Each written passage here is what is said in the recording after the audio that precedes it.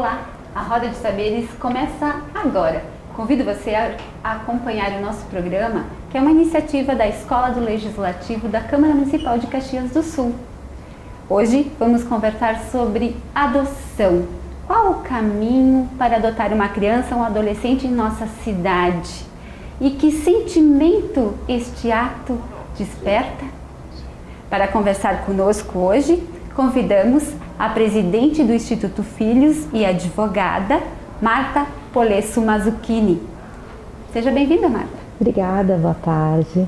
Também está conosco Shirley Omizolo, que é empresária, mãe e uma das fundadoras do Instituto. Olá, boa tarde a todos. Amanda é filha de Shirley, foi adotada por Shirley e está aqui conosco para falar de sua experiência. Seja bem-vinda também, Amanda. Obrigada, boa tarde. Agora, eu gostaria de saber da nossa convidada Marta, qual é a realidade da adoção em nossa cidade, em Caxias do Sul? Atualmente nós temos 19 crianças nas casas-lares e nas instituições que estão aptas para adoção. Essas crianças são crianças que normalmente não têm uma expectativa de saída, porque são crianças maiores, né?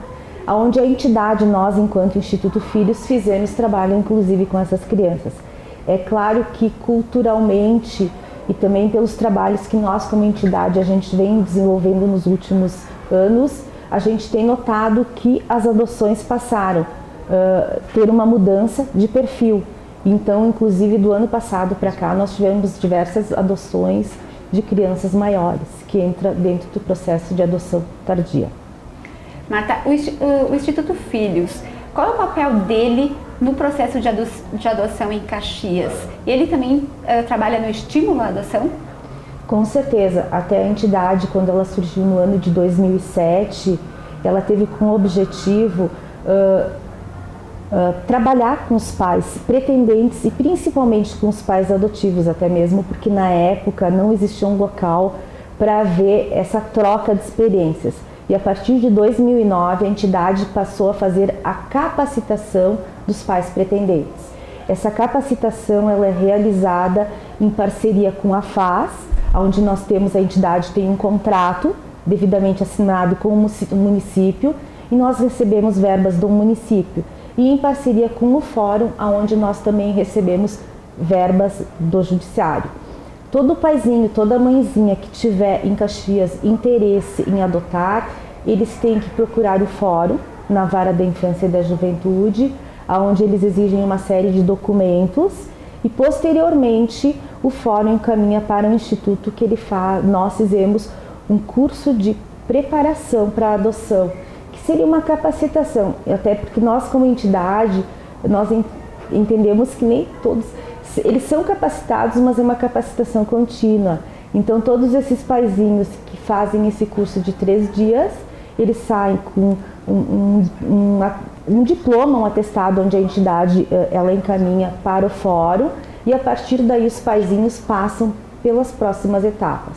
É uma etapa que realmente ela exige, ela vai em conformidade à lei, que no ano de 2009 ela mudou e passou a ser exigido esse curso de capacitação.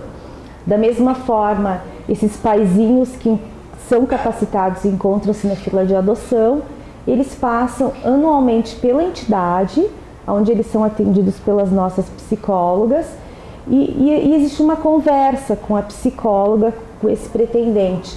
Por quê? Para realmente haver um vínculo maior dessa família com a entidade, e não só com a entidade, mas com as temáticas e principalmente para trabalhar a questão da adoção, a questão para não haver a devolução da criança. Essa é a nossa, porque muitas vezes esses paizinhos ficam 5, 6 anos na fila e realmente eles fazem essa primeira capacitação e ficariam todo esse período sem contato algum com qualquer temática relacionada à adoção.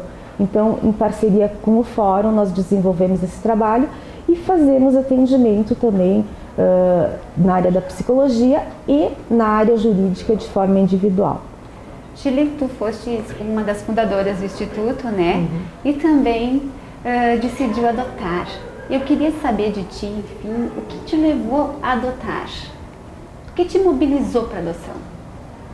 Bom, o que me mobilizou, eu acho que o desejo de ser mãe, né? O principal desejo de ser mãe, com certeza, é o que me mobilizou.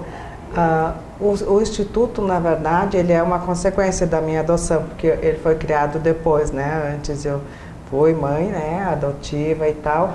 E a falta de um espaço para se falar sobre isso. Imagina que há 17 anos, eu acho que mitos sobre adoção, eu não conhecia quase ninguém que tivesse adotado, embora tinha muitas pessoas, mas assim, não do meu convívio.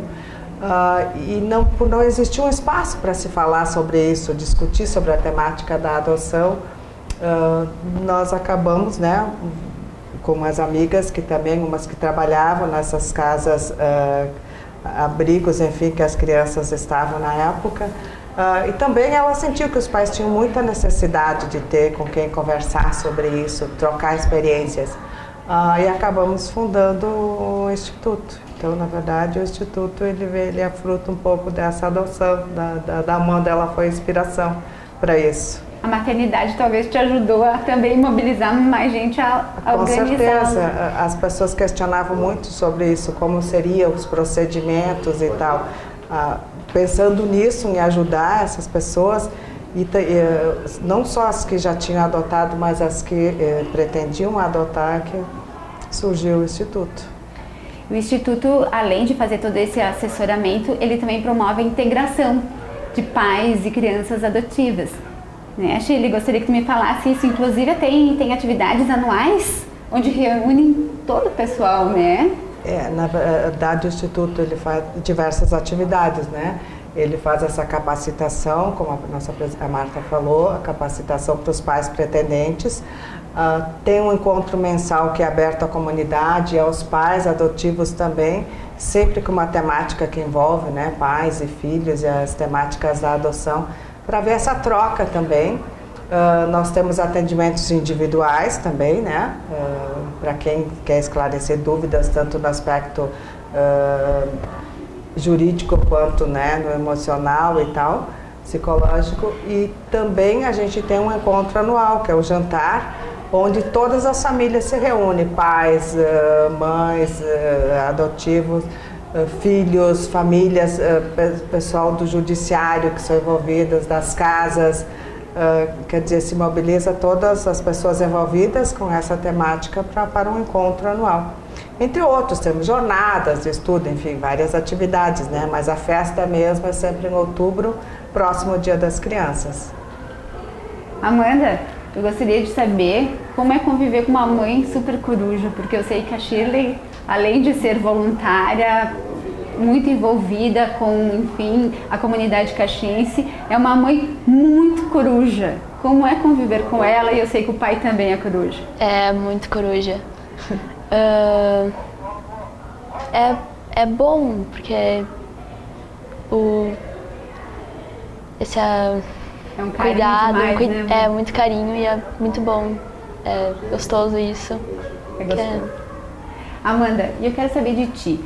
Como filha adotiva, você partilha, conversa com os teus colegas na escola sobre adoção? É um assunto que você propaga? Como você vê a adoção? Eu falava bastante de adoção numa outra escola que eu estudava.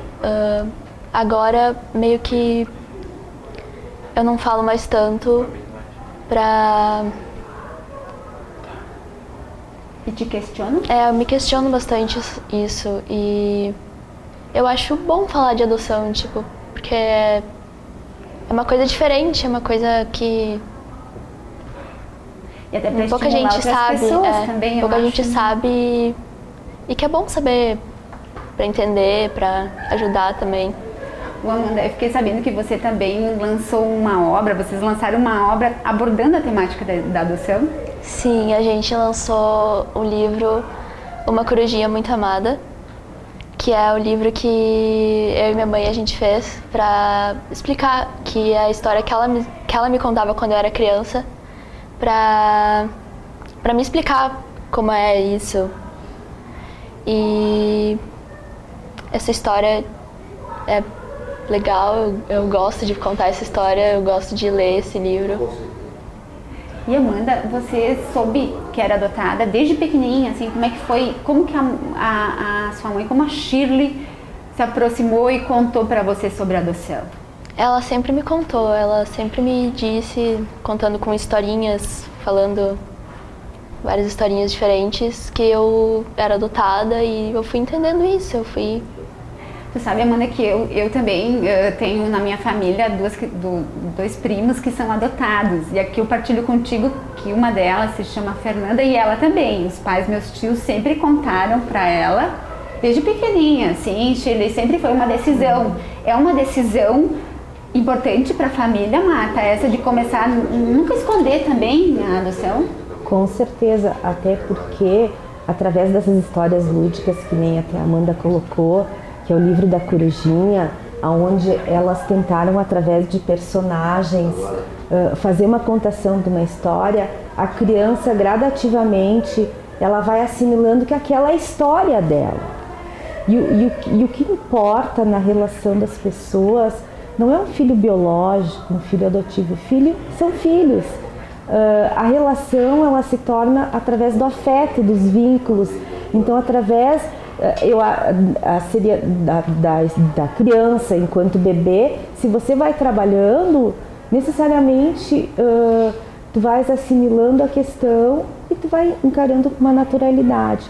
Mas existe a questão dos adultos, que são mais, né, preconceituosos nesse sentido, principalmente na nossa região sul, mas nós, enquanto entidade, a gente tem notado assim que essas temáticas cada vez mais vêm sendo abordadas, e agora no dia 26, 27 e 28 de maio nós estamos fazendo o 21º ENAPA, que é o Encontro Nacional dos Grupos de Apoio à Adoção, que ele é para todo o público em geral, onde nós estamos discutindo todas as questões mais polêmicas relativas à adoção, seja do jovem institucionalizado, a saída dele, a preparação dele aos 18 anos, seja a questão do Cadastro Nacional da Adoção, seja a questão das diferenças entre as famílias, as constituições de famílias. Então nós vamos estar abordando, inclusive vai ser na Universidade de Caxias do Sul, um encontro que ele vai ser muito bonito e realmente para nós podermos ir construindo e cada vez mais fazermos a adoção. Que nós aqui, enquanto Estado, nós somos o 2º Estado que tem mais crianças para serem adotadas, né?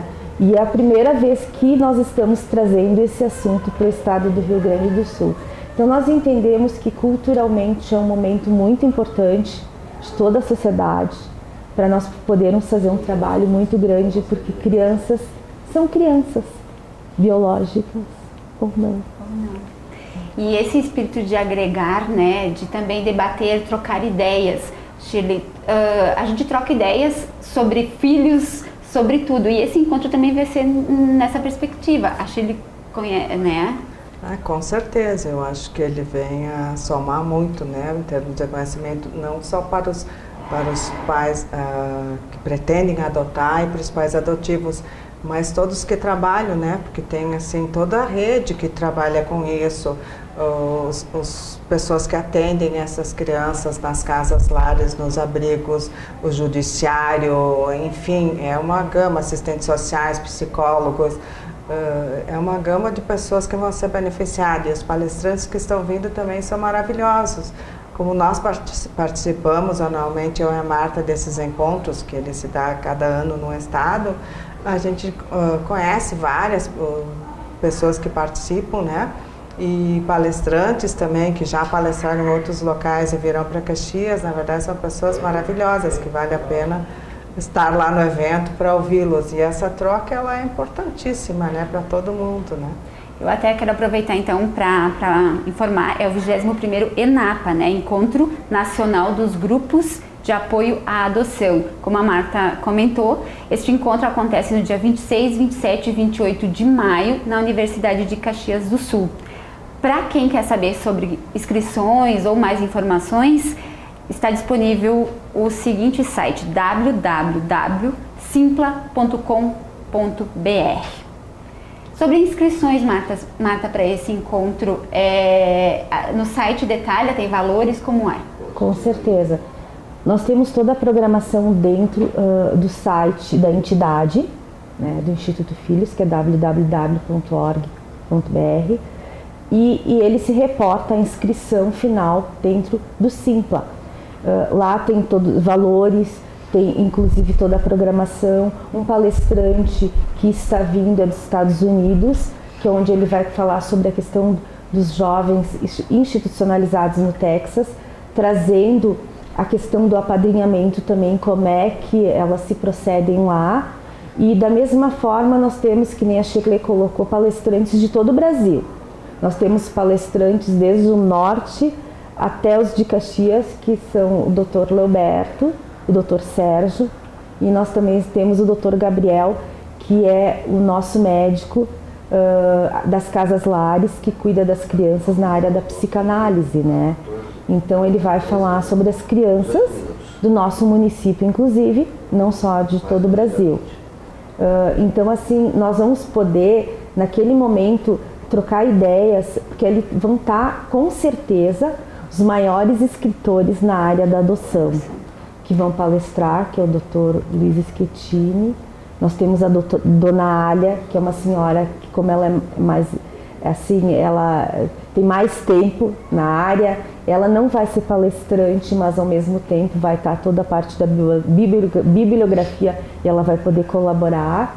Temos promotores do Rio de Janeiro e temos todo o pessoal da ANGAD, que é a Associação Nacional dos Grupos de Apoio à Adoção, que no Brasil nós temos 250 grupos de apoio que são cadastrados diretamente na ANGAD, que seria a nossa associação. Gili, eu quero voltar sobre a questão de informar a criança desde cedo sobre a adoção. E também no contexto familiar. Eu estava lendo outro dia uma autora chamada Alicia Fernandes, e ela até comentou que quando você esconde, por exemplo, da sociedade, da família, que tu tens um filho adotivo ou, enfim, que essa criança é adotada, você corre o risco de provocar dificuldades na inteligência da criança, principalmente quando depois que ela fica sabendo, então, que era adotiva muito tempo adiante.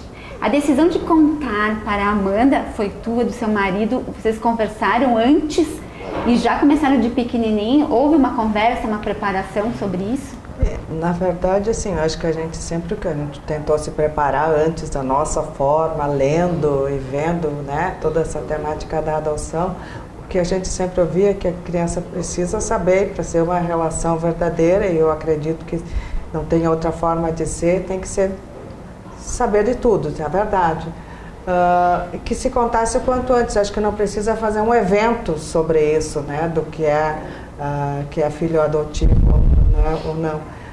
Eu disse, bom, mas como? Ficar pensando, como é que eu vou contar para um bebê isso, né? Então a ideia é que não se fizesse um evento disso, mas contar o quanto antes possível para que ela fosse entendendo isso.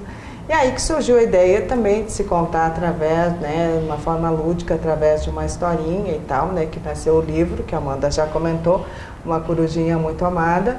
E esse livro, na verdade, qual é o intuito dele? É ajudar a outros, né, outros pretendentes e outras crianças a entenderem a sua história, tanto que ele é dividido em duas partes. A primeira parte, ele conta a historinha de como ela ficou sabendo, como a gente contou, e a outra parte eles têm umas páginas em branco para a criança desenvolver ela, contar a história dela também, da forma de ilustrar e contar da parte dela. Então, como no Instituto, como é que a gente tem o procedimento? É sempre contar, sempre a verdade, o quanto antes possível, melhor. E por experiência, né, a gente tem ali no Instituto alguns casais que acabaram, pais, né, que acabaram não contando, e o tempo foi passando e eles estão com dificuldade hoje de como fazer isso, de como contar. Então, a nossa sugestão sempre é: fale sempre a verdade o quanto antes. Mais cedo possível, para que ela cresça sabendo que ela não foi enganada de forma alguma, ela sabe de tudo, né? Ela foi muito acolhida, isso, né? O Amanda, e muita gente procura a obra já, o livro? As pessoas querem ler? Sim, tem bastante gente que quer ler, e principalmente Até porque a primeira edição já foi toda vendida. Quantos? Não foi muito. Não, mas foi uns 500. Acho que até hoje foi isso, né? Foi entre reedições Isso. E a ideia de colocar esse espaço para as pessoas escreverem foi tua ou da Shirley ou da mãe? Não, foi da minha mãe, porque eu... a Amanda era pequena. Eu era pequena pra falar isso. É claro que, Vânia, a gente trabalha sempre na linguagem da criança, né? Tu constrói essa história e como contar dentro da idade, da fase da criança. Até nós vamos lançar agora no ENAPA, só que nós não vamos conseguir aprontar no tempo, mas com certeza depois vai ser colocado à disposição da comunidade. É um livro que é onde nós vamos ter relatos de pais adotivos contando as suas experiências, as suas expectativas, seus desejos e a concretização da adoção nos mais diversos tipos de família, e também teremos relatos de filhos adotivos. A ideia do grupo foi no sentido de cada vez mais nós oportunizarmos informação e também mostrarmos que todas as dificuldades, na sua grande maioria, são iguais de uma família biológica. É normal. Eu até estava lendo também no Conselho Nacional de Justiça, nos sites, buscando, e a orientação não existe essa coisa de filhos adotivos ou não. É filho, né, Amanda? É filho. E eu quero aproveitar também, a Marta já falou um pouquinho sobre qual é o caminho da adoção, mas a gente entrevistou o juiz substituto aqui da Vara da Infância e da Juventude, que é o Emerson Kaminski, e eu gostaria de chamar essa entrevista com ele, e ele vai então detalhar os passos da adoção na nossa cidade. O que fazer se você quer ser, enfim, pai ou mãe a partir da adoção. Vamos conferir. Juiz Emerson, gostaria de saber, passo a passo, o que deve fazer uma pessoa se ela quer adotar uma criança, um adolescente, e quanto tempo demora para efetivar a adoção?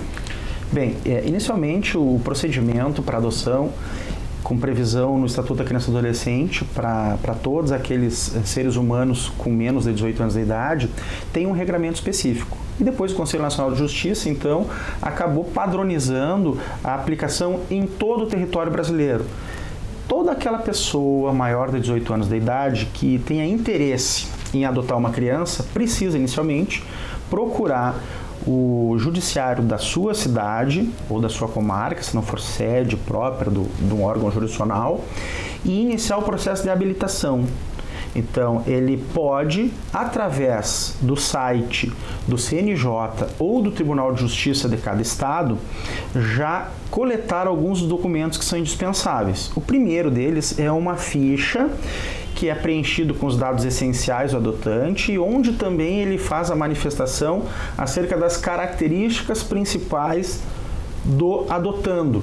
Se vai ser uma criança, se já pode ser adolescente, cor da pele, idade, sexo.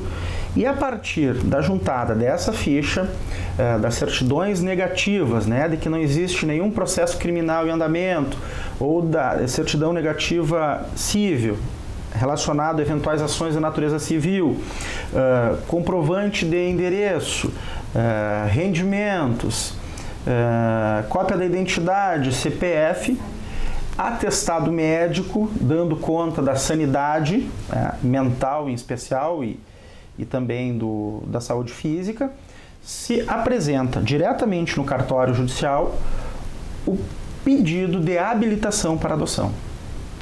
Uma vez todos esses documentos sendo entregues, necessariamente há o encaminhamento ao Ministério Público. Uma vez o Ministério Público manifestando-se pela regularidade do procedimento, a decisão judicial que virá é apenas declarando que esta pessoa está habilitada para adoção. Agora, esta pessoa passa a integrar um cadastro nacional de habilitados à adoção. Então, a partir de então, quando surgir a notícia de um adotando, alguém apto à adoção, é buscado nesse cadastro, a partir inicialmente da comarca onde aquela pessoa se habilitou, para ver se no cadastro existe alguém destinado para aquele perfil de adotando. Se não tiver, parte para análise do cadastro no estado. Se também não for localizado nenhum adotante com esse perfil, busca-se no cadastro nacional. Encontrando a pessoa com o perfil, imediatamente se faz o contato para que ela providencie a manifestação da aceitação e já encaminhe o pedido de adoção para que ele seja deferido a guarda e o estágio de convivência, para verificar ao final, com avaliação médica, psicológica, social, se há uma afinidade que autorize a compreensão de que vai se dar a configuração de uma família. O tempo que dura depende. Os procedimentos de habilitação, como envolve uma quantidade reduzida de documentos, acaba sendo rápido, ágil. Agora, o procedimento de adoção, a identificação da criança e até a ultimação, depende muito da localização do perfil pretendido pelo adotante. Então é até importante destacar o seguinte: todo mundo que se habilita, conclui o procedimento de habilitação, está apto para adotar. Não quer dizer que vai ser observada uma ordem cronológica absoluta em razão da época da habilitação. Não. Esse cadastramento ele acaba sendo feito por perfil da criança procurada ou do adolescente. Então, de repente, aqueles casais que queriam só a criança do sexo masculino, diante do surgimento de uma criança do sexo feminino, eles não são procurados. Vai ser buscado no cadastro aqueles que pretendiam menina. E assim se faz diante de todos os critérios até que se chegue ao ideal. Mais procurados são os pequeninos? Os mais procurados são crianças de 0 até 2 anos, recém-nascidos a 2 anos. Quanto maior é o tempo de vida, as dificuldades para adoção tendem a aumentar. E essa criança maior fica mais tempo à espera de um pai? Fica mais tempo à espera de um pai. Quando o pai poderia agilizar a presença de um filho se adotassem crianças maiores? Sem dúvida nenhuma. Né? Se a gente pensar na lógica de que o ato de adoção não envolve só uma manifestação de amor e compreensão, mas também de responsabilidade, se for deixado um pouquinho de lado o desejo de viver toda a experiência da paternidade, da maternidade, receber uma criança já com 5, 6, 7, 8 anos de idade é tão importante, dá tanta expectativa de estabelecimento de vínculo afetivo como receber um bebê. E Só que nem o todo tempo mundo... é menor de... Sem dúvida, para isso o tempo é menor. O tempo médio de uma adoção de crianças pequenas, em média? Até surgir a criança. Hoje, em Caxias do Sul, o ano de 2016 tem sido um pouco pitoresco, porque tem havido muitas crianças entregues para adoção, recém-nascidos. E nós estamos conseguindo alcançar pessoas habilitadas no ano de 2010. Então, ainda temos pessoas habilitadas em 2010 que agora estão conseguindo encontrar as crianças pretendidas. Mas é aquilo, dependendo do perfil, pode acontecer de que alguém habilitado em 2015 acabe em menos de um ano encontrando a criança desejada. Isso seria na faixa maior? Na faixa maior. E a outra pergunta, juiz, então pode ser que eu tenha uma criança que venha de lá do norte? Pode acontecer, cadastro nacional. Então a gente acabou então de assistir a entrevista de conferência, a entrevista com o juiz Emerson Kaminski, e eu quero voltar para o contexto da adoção no Brasil. Pelo que eu estava verificando, hoje no nosso país existem cerca de 5.500 crianças para adoção e muita gente na fila. É isso mesmo, Marta? Com certeza, até porque esses pretendentes, eles buscam adotar bebês. Então, o que acontece? Nós temos muito mais pretendentes do que crianças a serem adotadas. E essas crianças que estão na fila, ainda dentro do cadastro nacional, são grupos de irmãos, são crianças maiores, são crianças que têm algum probleminha de saúde, né? Crianças de cor, que não estão dentro do perfil da expectativa do casal ou da pessoa que é pretendente, né? Eu penso assim, quando nós vamos gerar um filho, Vânia, nós não escolhemos. O filho vem, né? e a gente aceita como, se ele tem algum probleminha, tu vai devolver teu filho biológico. É claro que, enquanto entidade, nós trabalhamos muito na seguinte linha: se você vai adotar, adote consciente. Se vê que não tem a capacidade, não é a capacidade, mas não vai conseguir dar conta de pegar uma criança maior ou dentro daquela característica, não adote, para não haver a devolução, porque isso cada vez mais vai prejudicar aquela criança que está dentro da... Nós, enquanto município, nós tivemos já agora faz um ano e meio, 2 anos, foi uma das mudanças, as instituições passarem a ser casas-lares, que as casas-lares têm a figura do pai e da mãe e tem um menor grupo de pessoas, de crianças dentro da casa-lar, que são até 8 crianças. E nas instituições antes, que ainda existem algumas, né, chega até 20 crianças. Então, já para nós, enquanto município, já houve realmente uma mudança. É claro que tudo é uma construção que nós fizemos até em cima da formação daquele indivíduo, que é a criança que está para ser adotada, para a formação da vida dele, onde ele vai ter a realidade de um lar, né? Uma casa. Gili, existem devoluções de crianças? Existe, infelizmente, sim, né? Muitos casais, nós acreditamos, pelo menos enquanto entidade, de que as pessoas não estavam preparadas para isso. Muitas, às vezes, adoções são feitas na base da emoção daquele momento, né? E a pessoa não se preparou devidamente. Muitas vezes não é bem o lance de ter um filho. A pessoa quis adotar aquela criança, muitas vezes para suprir outras necessidades, não se preparou direito e acaba acontecendo. Principalmente na fase da adolescência, né? A fase da adolescência onde a criança quer buscar outros sentidos, né? Fica mais rebelde e tal, enfim, uns mais, uns menos, né? E as pessoas acabam atribuindo essa dificuldade, esse período que é difícil para os pais, mas para os filhos também é difícil. Eles também não sabem, né, o que querem, aonde vão. Acho que são muitos questionamentos que eles se fazem. E aí, se o casal não estiver bem preparado, a pessoa, enfim, que quis adotar, ela não entende que aquilo, o problema é com a criança, não entende que isso é uma coisa passageira e que, né, pode ser resolvido, né, em outras formas, e opta por esse caminho, achando que isso é possível.